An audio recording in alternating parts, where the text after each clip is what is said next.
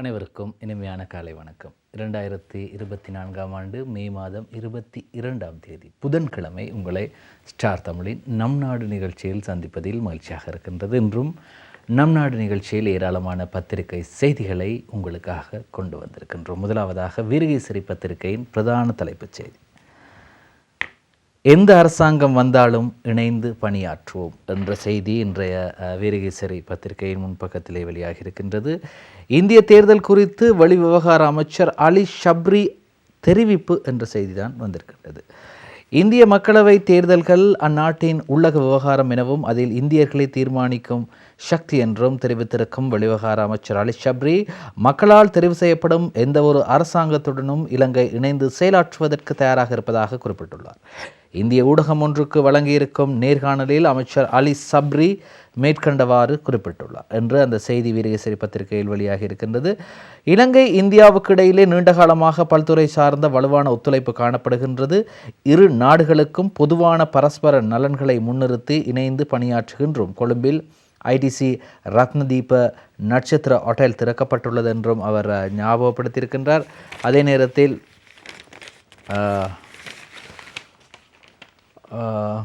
இந்தியர்கள் இலங்கைக்கு வருகை தருவதற்கான வாய்ப்புகளை உருவாக்கும் என்றும், அதேபோன்று துறைமுகம், புதுப்பிக்கத்தக்க வலுசக்தி மற்றும் உட்கட்டமைப்பு வசதிகள் போன்றவற்றில் மேலும் முதலீடுகளை எதிர்பார்க்கின்றோம். இந்தியா பொருளாதார சுபிட்சத்தை நோக்கி நடைபோடுகின்றது. அது இப்பிராந்தியத்திற்கும் இலங்கை போன்ற நாடுகளுக்கும் நன்மை அளிப்பதாகவே அமையும். அதேபோன்று இரு நாடுகளுக்கும் இடையிலான மக்கள் மயப்படுத்தப்பட்ட கலாச்சார தொடர்புகளும் நீண்டகாலமாக நிலவி வருகின்றன. பௌத்த மதம் இந்தியாவிடம் இருந்து இலங்கைக்கு கிடைத்த பெரும் பரிசாகும். எனவே இரு நாடுகளுக்கும் இடையிலான மக்கள் தொடர்புகளையும் சுற்றுலாத்துறையையும் மேலும் வலுப்படுத்துவதற்கான முதற்கட்ட நகர்வாக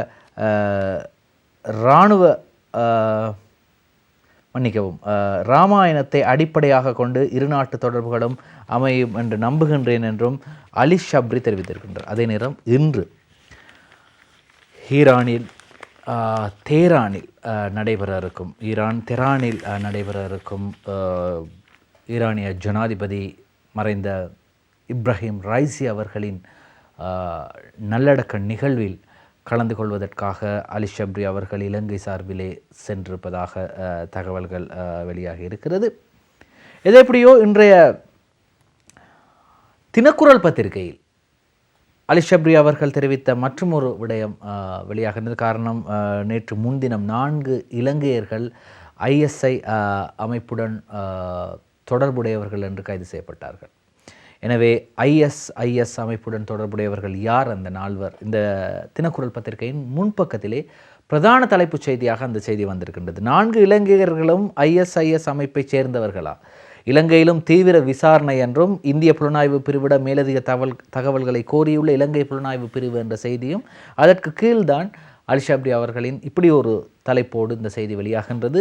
இந்தியாவின் பாதுகாப்பிற்கு எவரும் பாதிப்பை ஏற்படுத்த அனுமதியோம், வெளிவிவகார அமைச்சர் அலி ஷப்ரி என்ற செய்தி இன்றைய தினக்குரல் பத்திரிகையிலே வெளியாக இருக்கின்றது. உண்மையில் இந்திய தேர்தல் முடிவுகள் எப்படி வரும் என்ற ஒரு நிலை இருக்கின்றது. எது எப்படியோ இந்திய தேர்தல் முடிவுகளுக்கு பின் தான் தனது நிலைப்பாட்டை அறிவிக்கப் போவதாக ரணில் விக்ரமசிங்கே அறிவித்திருக்கின்றார் என்ற செய்திகளும் ஒரு பக்கம் வெளியாக இருக்கின்றது. அதே நேரத்தில் தற்போது இருக்கக்கூடிய பாரதிய ஜனதா கூட்டணி ஆட்சியாக இருக்கட்டும், இல்லாவிட்டால் இனி வரப்போகக்கூடிய காங்கிரஸ் கூட்டணி ஆட்சியாக இருக்கலாம், யார் வந்தாலும் அவர்களுடன் சேர்ந்து பணியாற்றுவதை தவிர எங்களுக்கும் வேறு நிலைப்பாடு இல்லை. காரணம், இந்தியாவோடு சேர்ந்து பணியாற்றாமல் இந்தியாவோடு முரண்பட்டு நாங்கள் எதையும் சாதிக்கவும் முடியாது என்பது அனைவரும் தெரிந்த ஒரு விடயம்.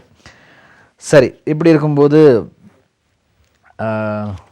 இலங்கை வருமாறு இந்தோனேஷிய ஜனாதிபதி ரணில் விக்ரமசிங்கே அவர்கள் அழைப்பு விடுத்திருக்கிறார். இலங்கை வருமாறு இந்தோனேஷிய ஜனாதிபதிக்கு ரணில் அழைப்பு. இருதரப்பு வர்த்தக ஒப்பந்தம் தொடர்பாகவும் ஆராய்வு.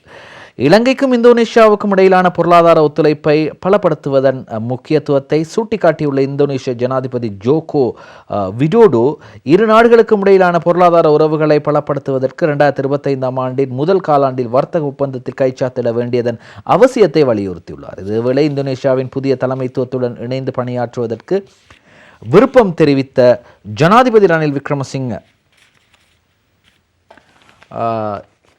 என்ன குறிப்பிட்டிருக்கின்றார் என்றால், இந்த செய்தி தொடர்கின்றது.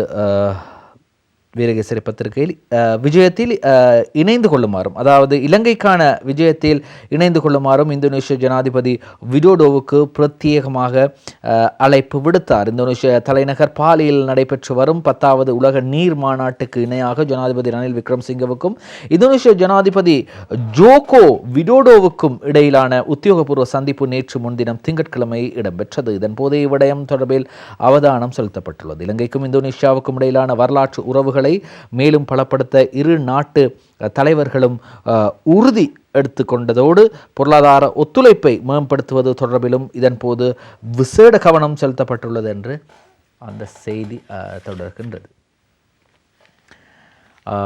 உங்களுக்கு தெரியும், இதே மாநாட்டில் உலக கோடீஸ்வரர்களில் ஒருவரான அல்லது உலக பணக்கார பட்டியலில் தற்போது 3வது இடத்திலிருந்து 2வது இடத்திற்கு மெதுவாக முன்னேறி கொண்டிருக்கும் இலான் மாஸ்கை ஜனாதிபதி ரணில் விக்ரமசிங்க சந்தித்து அவருக்கும் அழைப்பு விடுத்திருக்கின்றார். நீங்கள் இலங்கை வர வேண்டும், உங்களது ஸ்டார்லிங்க் சேட்லிங்க் மூலமாக எதிர்காலத்தில் இலங்கையில் நடக்க இருக்கும் அந்த நடவடிக்கைகளை நீங்கள் ஆரம்பித்து வைக்க வேண்டும் என்று கேட்டுக்கொண்டிருக்கின்றார். எனவே இப்படி பல அரசு தலைவர்களுக்கு அழைப்பு விடுத்திருக்கின்றார் ஜனாதிபதி ரணில் விக்ரமசிங்க. பொறுத்திருந்து பார்க்கலாம். சரி, எப்படி இருக்க நேரம் உங்களுக்கு தெரியும், வாழும் கலை பயிற்சியின் நிறுவனரும் குருஜியும் ஆகிய ஸ்ரீ ரவிசங்கர் குருஜி இலங்கை வந்திருந்தார். பலரையும் அவர் சந்தித்திருந்தார். இந்நிலையில் எதிர்க்கட்சித் தலைவர் சஜித் பிரேமதாஸ் அவர்கள் சந்தித்திருக்கின்றார். அது தொடர்பான படத்தை வீரகேசரி பத்திரிகையின் முன்பக்கத்திலே பார்க்கலாம்.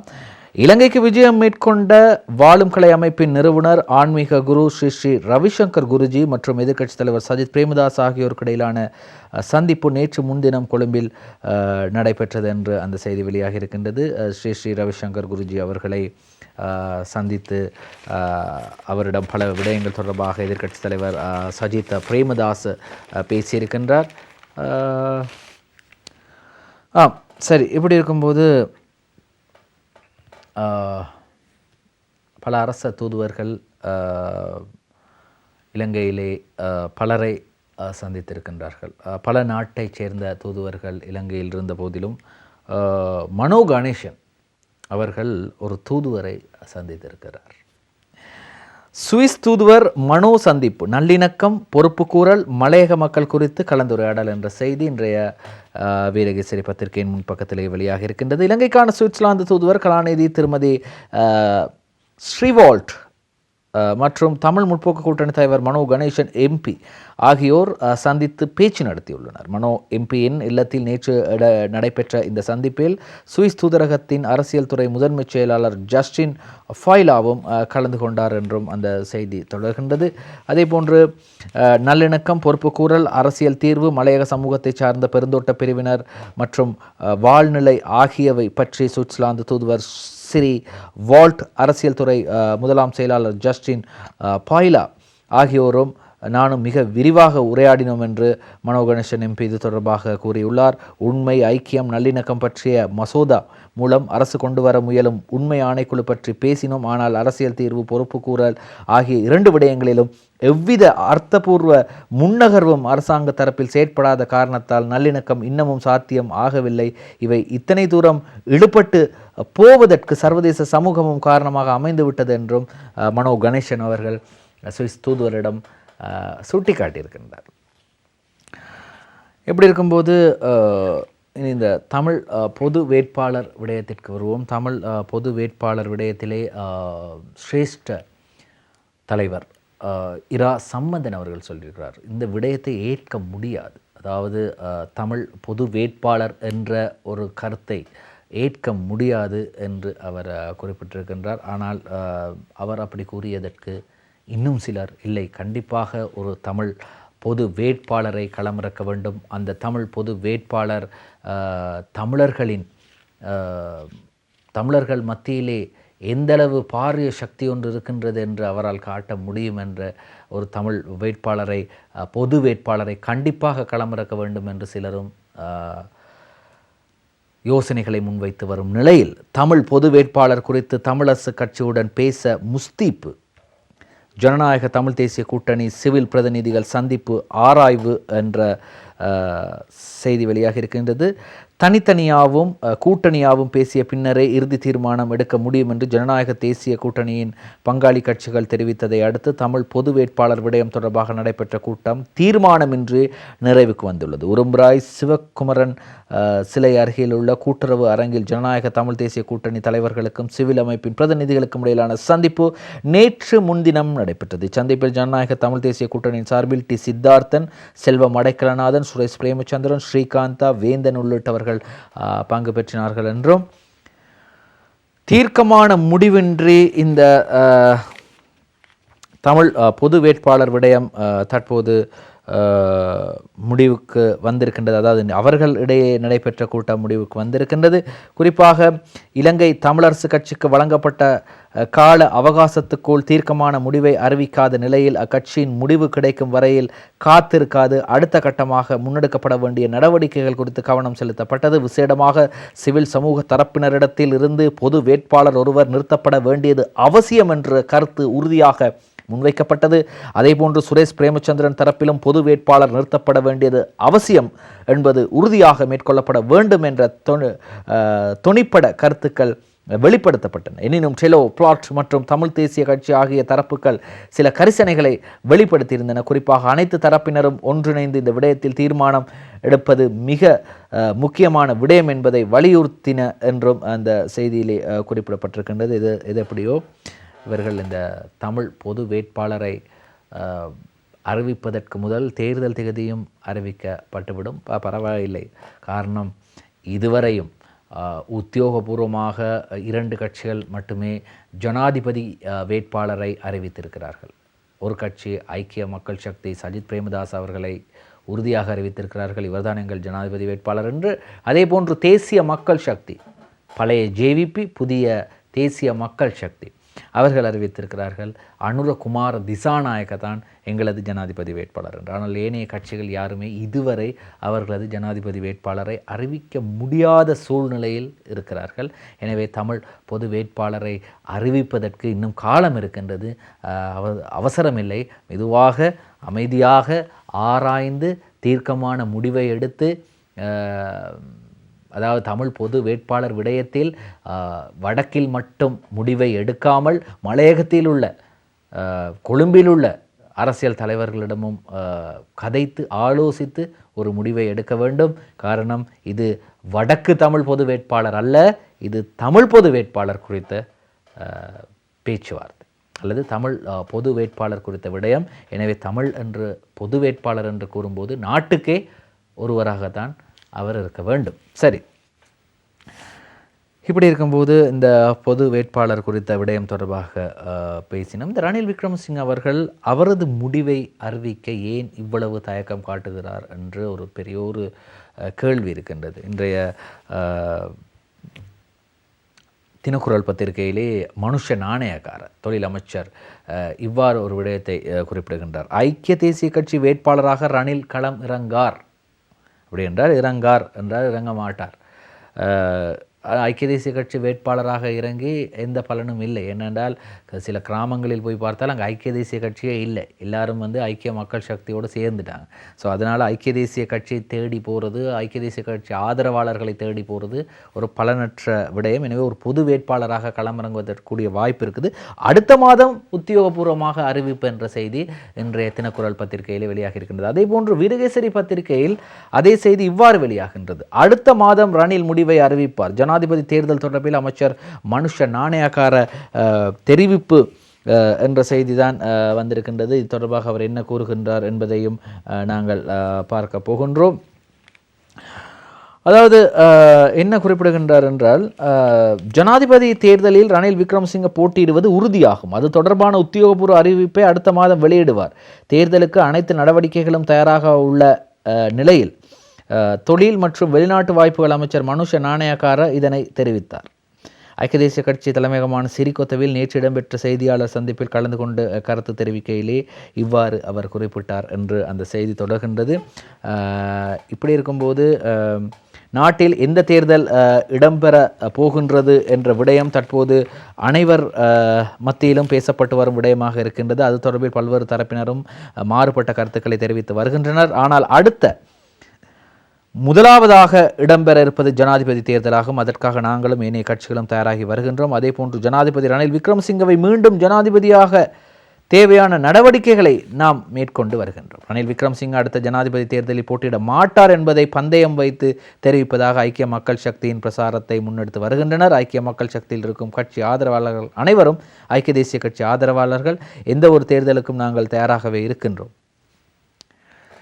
ரணில் விக்ரமசிங்க அவர்களுக்கு ஒரு பிரச்சனை ஒன்று இருக்கின்றது.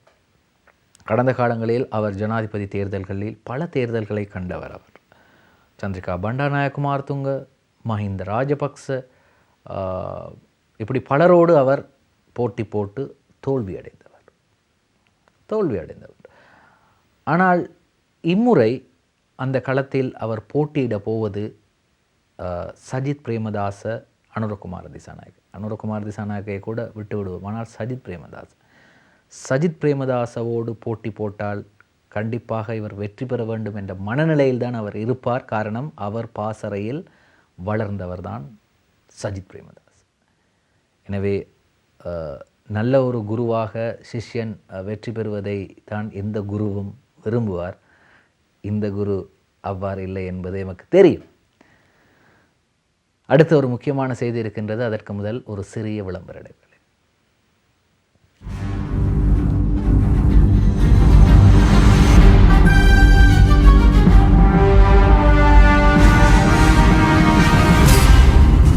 ஜனாதிபதி தேர்தலை நடத்துவது என்றாலும் 1000 மில்லியன் செலவாகும்.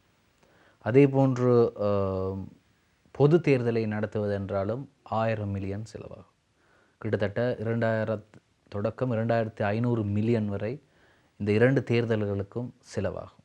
அப்போ நிறைய பேர் ஐடியா கொடுக்குறாங்க, யோசனை தெரிவிக்கிறாங்க, இந்த 2 தேர்தலையும் ஒன்றாக நடத்தினால் என்ன என்று. இப்போ இரவில் சமைக்கிறதுக்கு தனியாக சமைக்க வேண்டும் என்பதற்காக நாங்கள் சில வீடுகளில் என்ன செய்கிறது, காலையிலே சமைத்து இரவு சாப்பாட்டுக்கும் சேர்த்து காலையிலே சமைச்சிடுவாங்க. அதுபோன்று இந்த 2 தேர்தலையும் ஒரே தினத்தில் நடத்தினால் எப்படி என்று பலரும் யோசனை தெரிவிக்கிறாங்க. அது எவ்வளோ தூரம் சாத்தியமாகும்? அப்படி என்றால் நீங்கள் வாக்குச்சாவடிக்கு போகிற நேரம் உங்களோட பேரை சொன்ன பிறகு உங்களுக்கு 2 வாக்குச்சீட்டுகள் தருவாங்க. ஒன்று ஜனாதிபதி தேர்தலுக்கும், ஒன்று பொது தேர்தலுக்கும். குழப்பமடைவதற்கான வாய்ப்புகள் இல்லை. இதில் என்ன குழப்பமடைய வாய்ப்புகள் இருக்கின்றது? எனவே 2 தேர்தலையும் ஒரே தினத்தில் நடத்துங்கள அப்படின்னு சொல்லி ஐக்கிய மக்கள் சக்தியினர் சொல்கிறாங்க. இது சாத்தியமானு நீங்களும் கொஞ்சம் யோசிங்க மக்களும். சரி, ஜனாதிபதி பொது தேர்தல்களை ஒரே தினத்தில் நடத்த வேண்டும், ஐக்கிய மக்கள் சக்தி கோரிக்கை. ஜனாதிபதி தேர்தலில் தலைவர் சஜித் பிரேமதாச வேட்பாளராக களமிறங்குவார். அவருக்கு நாட்டு மக்கள் ஆதரவு வழங்குவார். அதே போன்று பொது தேர்தலில் வெற்றி பெறக்கூடிய சிறந்த அணியும் நம்மிடம் உள்ளது. ஜனாதிபதி தேர்தலையும் பொது தேர்தலையும் ஒரே நேரத்தில் நடத்த வேண்டும். ஐக்கிய மக்கள் சக்தி எந்த தேர்தலுக்கும் தயாராக உள்ளது. நாம் நிச்சயம் வெற்றி பெறுவோம் என ஐக்கிய மக்கள் சக்தியின் பாராளுமன்ற உறுப்பினர் அர்ஷன ராஜகருண தெரிவித்தார். ஜனாதிபதி தேர்தலையா அல்லது பாராளுமன்ற தேர்தலையா முதலில் முற்படுத்துவது என்பதை அரசாங்கம் தரப்பினர் சிந்தித்து வருகின்றனர். எனவே எவ்வாறாயினும் நாம் ஜனாதிபதி தேர்தலையும் பொது தேர்தலையும் ஒரே தினத்தில் நடத்துமாறு தேசிய தேர்தல் ஆணைக்குழுவிடம் வலியுறுத்தியுள்ளோம். இதற்கு முன்னரும் ஒரே நேரத்தில் பொது தேர்தலையும் ஜனாதிபதி தேர்தலையும் நடத்த வேண்டும் என்றும் கூறியுள்ளோம். எனவே 2 தேர்தல்களையும் ஒரே நேரத்தில் நடத்த வேண்டும் என்ற எங்கள் நிலைப்பாட்டை மீண்டும் வலியுறுத்தி இருக்கின்றோம். 2 தேர்தல்களையும் ஒரே நேரத்தில் நடத்துவதற்கு சட்ட தடைகள் இருப்பதாக எமக்கு தெரியவில்லை என்று குறிப்பிட்டிருக்கின்றார்கள். இப்படித்தான் இப்போ ஜனாதிபதி தேர்தலில் வேட்பாளர்களது பெயர்களும் கட்சி சின்னங்களும் இருக்கும். ஜனாதிபதி தேர்தல் வாக்குச்சீட்டில் ஜனாதிபதி வேட்பாளர்களது பெயர்களும் அவரது சின்னமும் இருக்கும். ஆனால் பொது தேர்தலுக்கான வாக்கு சீட்டில் நாங்கள் வாக்கை பதிவு செய்யும் அந்த சீட்டில் கட்சிகளின் பெயர்களும் அந்த சின்னங்களும் இருக்கும். அதற்கு கீழ்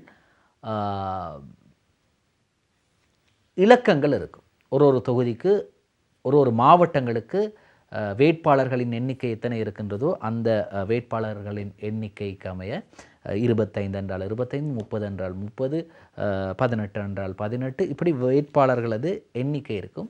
எங்களுக்கு பிடித்தமான மூவருக்கு நாங்கள் வாக்குகளை அந்த வேட்பாளர்களின் இலக்கத்துக்கு வாக்கை நாங்கள் அளிக்கலாம். அதற்கு முதல் கட்சியின் சின்னத்திற்கு வாக்களித்து விட்டு தான் நாங்கள் இவ்வாறு செய்ய வேண்டும். இதில் இப்படி ஒரு விடயமும் இருக்கின்றது. இந்த வாக்குச்சீட்டை கொடுக்கும்போது சிலர், அனைவரும் அல்ல, சிலருக்கு இந்த பிரச்சனை ஏற்படுவது உண்டு. முதலாவதாக வாக்குச்சீட்டிலே ஒரு குறிப்பிட்ட கட்சிக்கு வாக்களித்து விட்டு அந்த கட்சியின் சின்னமே அடுத்த சீட்டிலும் இருந்தால் அதற்கும் வாக்களித்து விட்டு இப்படி வரும்போது ஒரு கட்சிக்கு ஏராளமான வாக்குகள் கிடைக்கக்கூடிய வாய்ப்புகள் இருக்கிறது. ஆகவேதான் அவர்களது அந்த யோசனை அவ்வாறு இருக்கின்றது. சரி, பார்ப்போம், அது நடக்கும்போது பார்க்கலாம். வரி குறைப்பு செய்தால் பொருளாதாரம் விழும் என்ற செய்தி வெளியாகி இருக்கின்றது வீரகேசரி பத்திரிகையில். அரசியல் வாக்குறுதிகளை எதிர்க்கட்சி வழங்கக்கூடாது என்று பதில் நிதியமைச்சர் தெரிவிக்கின்றார். முன்னாள் ஜனாதிபதி கோட்டாபே ராஜபக்ச வரி குறைப்பு செய்ததால் பொருளாதாரம் பாதிக்கப்பட்டது என்று குற்றம் சாட்டும் எதிர்க்கட்சியினர் தமது அரசாங்கத்தில் வரி குறைப்பு செய்வதாக குறிப்பிடுவது வேடிக்கையாக உள்ளது. அரசியல் காரணிகளை அடிப்படையாக கொண்டு பொருளாதாரத்தை தீர்மானிப்பதை தவிர்த்து கொள்ள வேண்டும் என நிதியமைச்சர் ஷான் சேமசிங்க தெரிவித்திருக்கிறார்.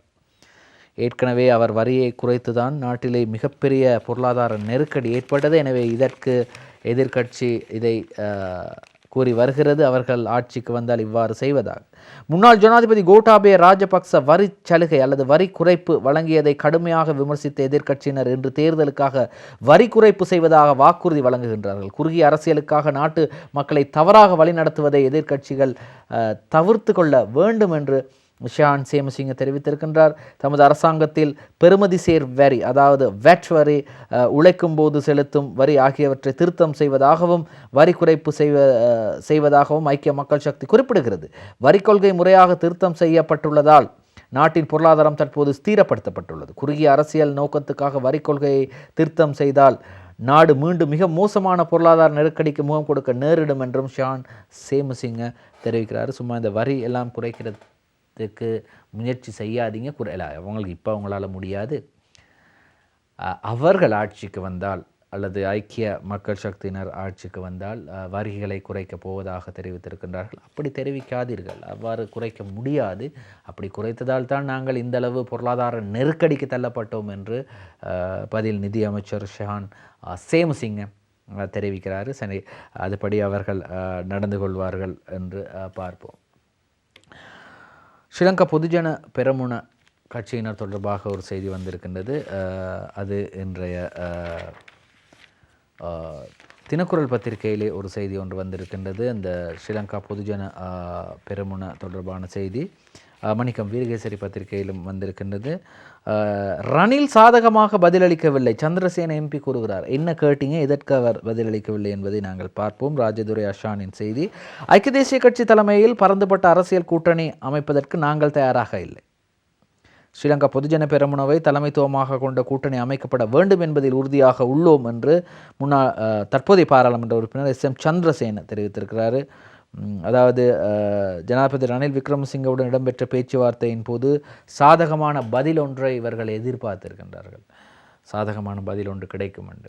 அப்படி ஒரு கூட்டணி அமைக்கிறதாக இருந்தால் ஸ்ரீலங்கா பொதுஜன பெரமுன நாங்கள் தான் அந்த கூட்டணியின் தலைமை கட்சியாக இருப்போம்.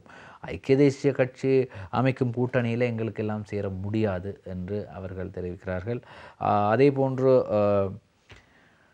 பொதுஜன பெரமுன ஆதரவாளர்கள் ரணிலுக்கு வாக்களிக்க மாட்டார்கள் என்று வீரகேசரி பத்திரிகையிலும் ஒரு செய்தி வந்திருக்கின்றது. ஐக்கிய மக்கள் சக்தி கூறுகின்றது என்ற செய்தி வந்திருக்கின்றது. இப்படியெல்லாம் நாங்கள் பேசி கொண்டிருக்கிற நேரம் நாட்டில் சீரற்ற காலநிலையும் தொடர்கின்றது. இன்றும் கொழும்பு, மேல் மாகாணம் போன்ற மேல் மாகாணத்திலும் அதே போன்று கொழும்பு, கம்பஹா போன்ற பகுதிகளிலும் கிட்டத்தட்ட 150 மில்லிமீட்டருக்கும் அதிகமான மழை பெய்யலாம் என்று அறிவிக்கப்பட்டிருக்கின்றது.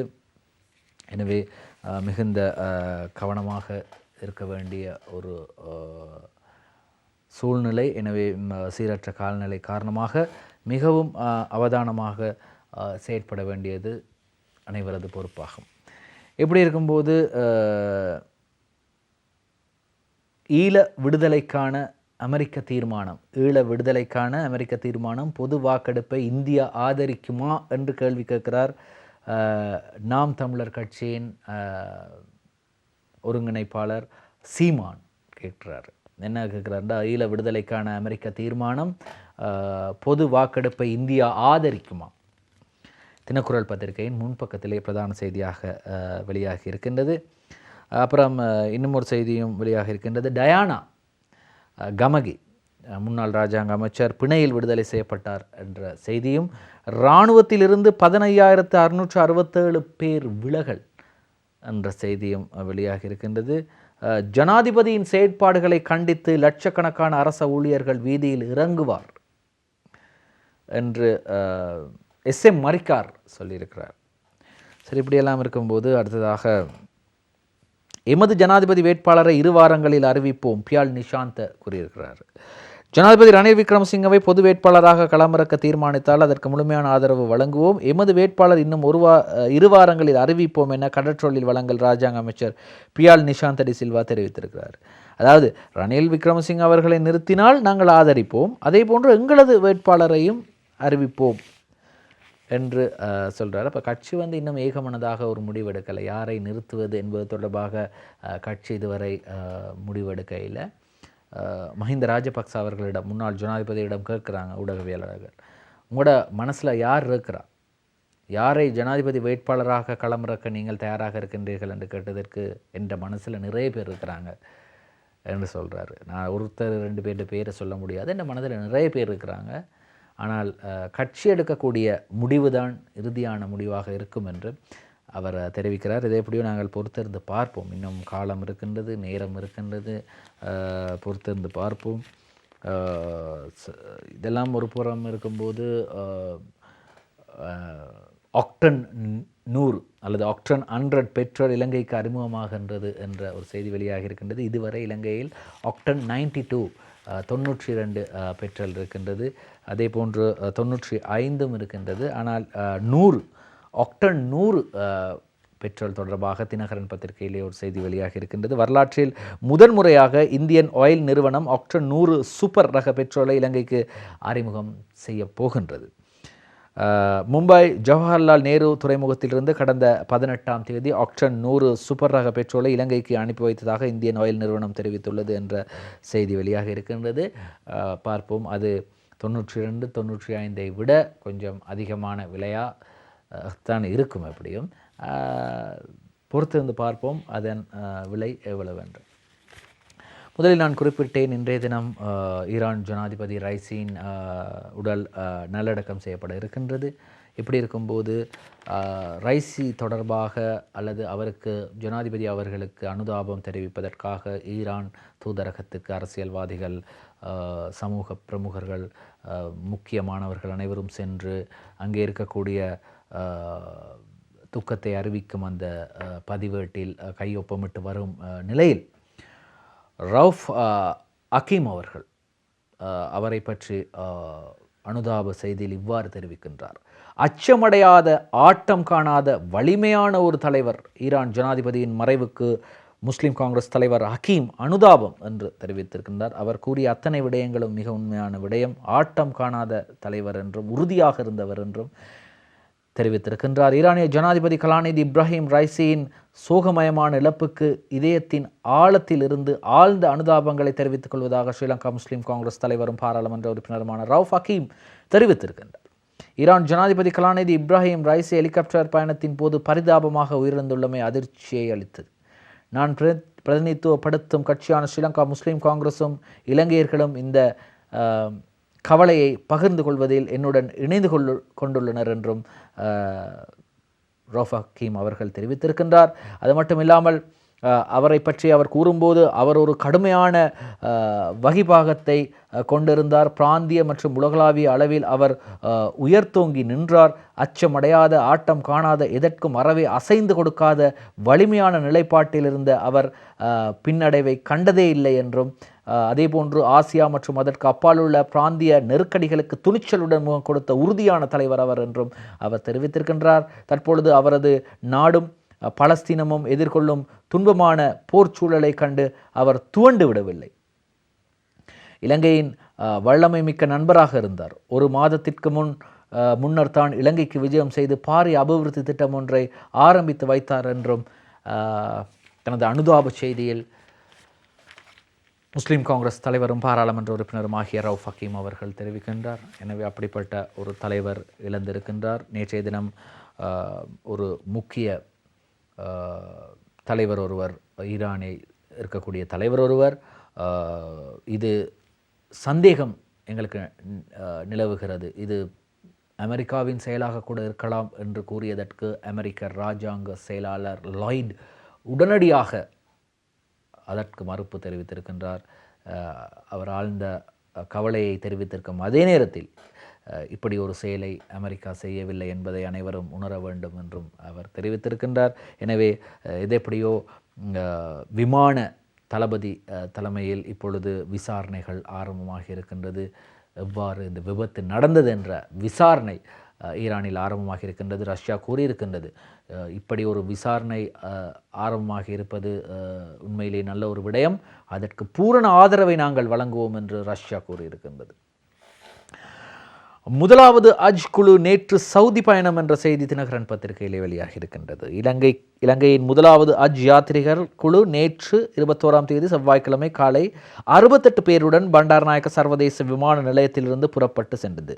சவுதி தூதுவர் காலித் ஹமுத் ஹல் கஹாதானி விமான நிலையத்தில் இந்த யாத்திரிகளை வழி அனுப்பி வைத்தார் என்றும் அந்த செய்தி தொடர்கிறது. எனவே நிகழ்வில் புத்தசாசன சமய மற்றும் கலாச்சார அலுவலர்கள் அமைச்சர் விதுர விக்ரமநாயக்கவும் கலந்து கொண்டிருப்பதையும் நாங்கள் படத்திலே காண முடிகின்றது. இந்த டயானா கமகே விவகாரத்தில் பாராளுமன்றத்தில் இன்னமும் இரட்டை பிரஜா உரிமை உள்ளவர்கள் இருப்பதாக கூறப்பட்டது. ஆனால் பொதுமக்கள் பாதுகாப்பு அமைச்சர் டிரான் அலஸ் சொல்றாரு, இரட்டை குடியுரிமையுடன் எவரும் எம்பியாக இல்லை என்று தெரிவித்திருக்கு. சரி, இன்றும் ஏராளமான செய்திகளை உங்களுக்காக ஸ்டார் தமிழின் நம் நாடு நிகழ்ச்சியிலே கொண்டு வந்தோம். இன்றும் நம் நாடு நிகழ்ச்சியில் தொழில்நுட்பத்தில் உதவிய கவின் சாந்துக்கு நன்றிகளை தெரிவித்துக் கொண்டு மற்றும் ஒரு ஸ்டார் தமிழின் நம் நாடு நிகழ்ச்சியில் உங்களை சந்திக்கும் வரை விடைபெறுகின்றேன். நன்றி, வணக்கம்.